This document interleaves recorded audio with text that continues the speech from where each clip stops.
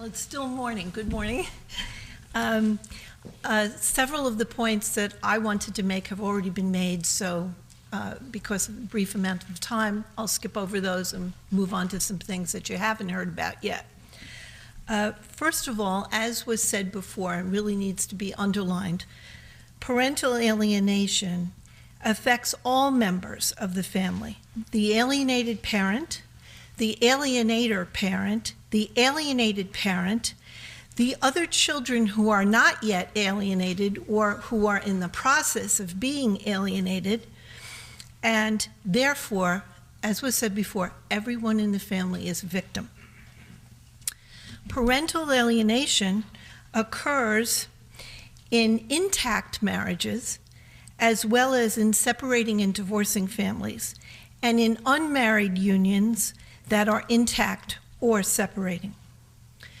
Possessiveness of children to the exclusion of the other parent during the marriage is often a key determinant. Parental alienation most commonly intensifies when one parent initiates a separation or divorce and the family unit is disrupted, or when the family is headed for litigation. Parental alienation is insidious.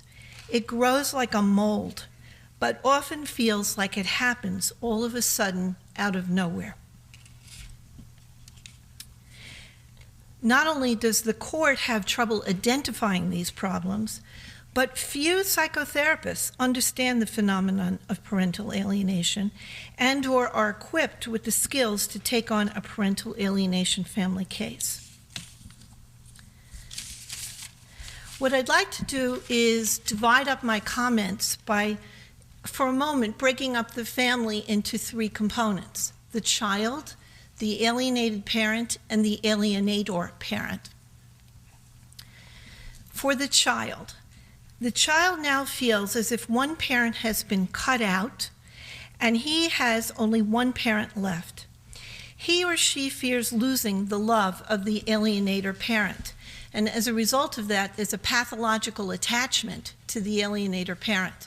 This is something that is described in a publication in progress by Charles Heller and myself.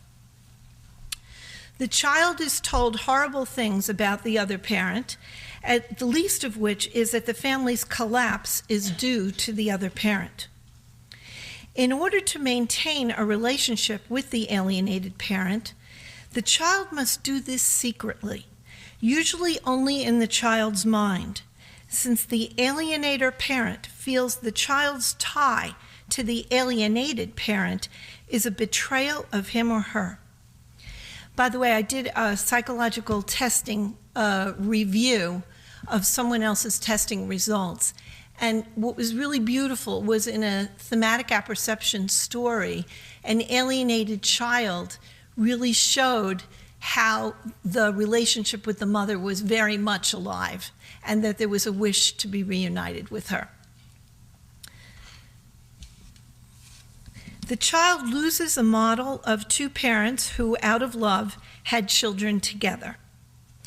Unless all siblings are also alienated, the child's relationships to siblings becomes impaired.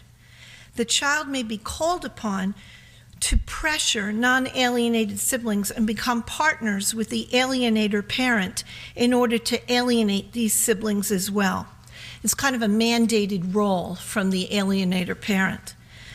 In a case that I had, there were 5 girls. The oldest girl was in the process of a custody battle with her mother. She was 15. And so she had alienated her siblings, or was in the process of alienating her siblings. And the girls ranged from 15 to 2.5 years of age. So the one that was 11 or 12 was the most alienated, but she had done her work, and you could see the different phases of the parental alienation process going downwards until you met the 2.5-year-old who had not yet been alienated and who spent most of her time taking tissues, rolling them up in little balls and throwing them out the window. Now, I didn't know exactly what that meant, but her next in line sibling told me that that was her way of connecting with her mommy, who she was in the process of being alienated against. The child who is most vulnerable to being alienated is the child who cannot, under the pressure of the alienator parent, maintain or sustain both positive and negative feelings towards the alienated parent. This is really the beautiful beginning work by Janet Johnston in the book In the Name of the Child. So, let's see now. The child quickly understands the alienator parent's needs for the child to take her side or his side, and that the alienator parent cannot tolerate deviation from the alienator parent's fixed, rigid belief system about the other parent. I might also add, from my own experience, I find that the alienated parent is often psychologically more healthy than the alienator parent.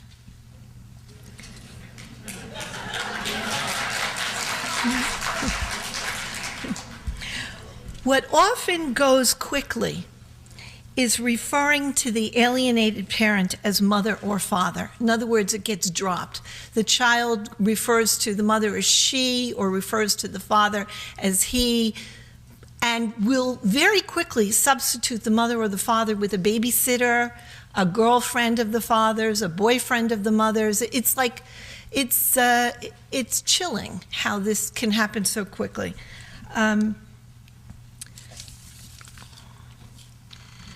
I heard a recent example, I don't know if Kelly is here, but she told me of a recent example on a case that she was working on, where even though the daughter in the case was trying so hard to remain an alienated child against her mother, after a brief period of time in Kelly's office, the girl said to the mother, hey, never had called her mother by her name, meaning mom, and said, hey, Ma, you need the keys to the bathroom. Ma, you need the keys to the bathroom. So it's not like it's totally evaporated, but under certain more comfortable situations, it can reemerge. The child was caught off guard. Now, with the alienated parent often is frozen in time. Since no information about the child is available to him or her, and having not seen the child for a considerable period of time, the image of the child is stuck in the past around the time the alienation occurred. The alienated parent fluctuates between feeling hopeful and reconnecting with the child, and feeling depressed, hopeless, and as if the child is dead. The alienated parent is often willing to give up contact with the alienated child because to continue to try to have contact stirs up too much emotion and is thus too painful. Or the alienated parent is often willing to tolerate cruel, denigrating treatment from the alienated child in order to just see him or her. The alienated parent's parental identity is ripped out of the parent's overall identity. This affects this parent's entire sense of self and self-esteem. Often, the alienated parent suffers from post-traumatic stress disorder. Now, I'd like to comment on the alienator parent. The alienator parent thinks he or she is victorious in punishing the alienated parent for some past or present grievance, such as wanting the divorce or separation and initiating it, winning in court, giving the children more attention and losing his or her spouse's attention. In other words, things are different at home now compared to prior to children. And that parent blames the alienated parent for everything. The alienator parent is committing psychological murder by ripping out the heart of the alienated parent by removing his or her beloved children. He or she fails to see that the children are sad or depressed and longing for the alienator parent. I did an evaluation about 2 years ago where a tiny little boy, under stress of a longer visit with his father, yelled out repetitively, "Mama, mama, mama." There was no response from the father. when I asked the father what he was saying, I knew what he was saying, but I wanted to see if the father knew what he was saying. He said, yeah, he's saying Nana, Nana, Nana. Nana was the father's mother. So this father was unable to see that this little boy wanted his own mother. Also in this house, there were no pictures of the mother. In the child's room, there was a picture of his sister, almost as if the sister was supposed to be the mother substitute. The alienator parent possesses the child. There is minimal, if it exists at all, psychological boundaries. The separateness of the child is almost non-existent. The child is not allowed to have different feelings and experiences than the alienator parent, and very often the alienator will send and receive emails for the child. The alienator parent has limited, if any, ability to participate in a healthy triadic family system. For him or her, it is always a 2-against-1 triadic system. The alienator parent perceives the family situation in black and white terms with no nuances. The alienator parent sneakily plans the downfall of the other parent. Rage keeps the alienator parent busy and thus acts as a defense against the alienator parent's own sadness and loss of the marriage. Now, to conclude, I'd like to just mention that this problem must be looked at systemically. It's the only way. But there are some questions that I would raise for future researchers in this field. One is, and has actually been mentioned by the second speaker, what is the impact of parental alienation on the child's relationships beyond the family? In other words, later on down the line, as well as presently, but with other people. What happens to the deviations in the child's life narrative as a result of parental alienation? What happens to memory?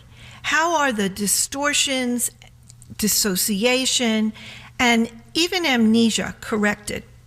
What I have found is that if a therapist is in place with this family before or even in the beginning phases of parental alienation, that one of the key roles for the therapist is to be the container of the family experiences and the family memories. So let me just give you an example. A young boy that I've been working with used to spend a great deal of time cooking with his mother. Cooking seems to be a common theme here. And now he presents himself as a authoritative chef who has learned how to cook totally by himself.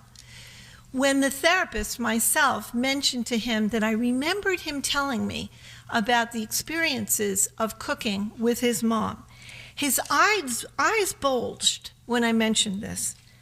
But had no one known this, and had no one been able to contain his memories and his experiences, this whole thing would have been lost. Thank you very much.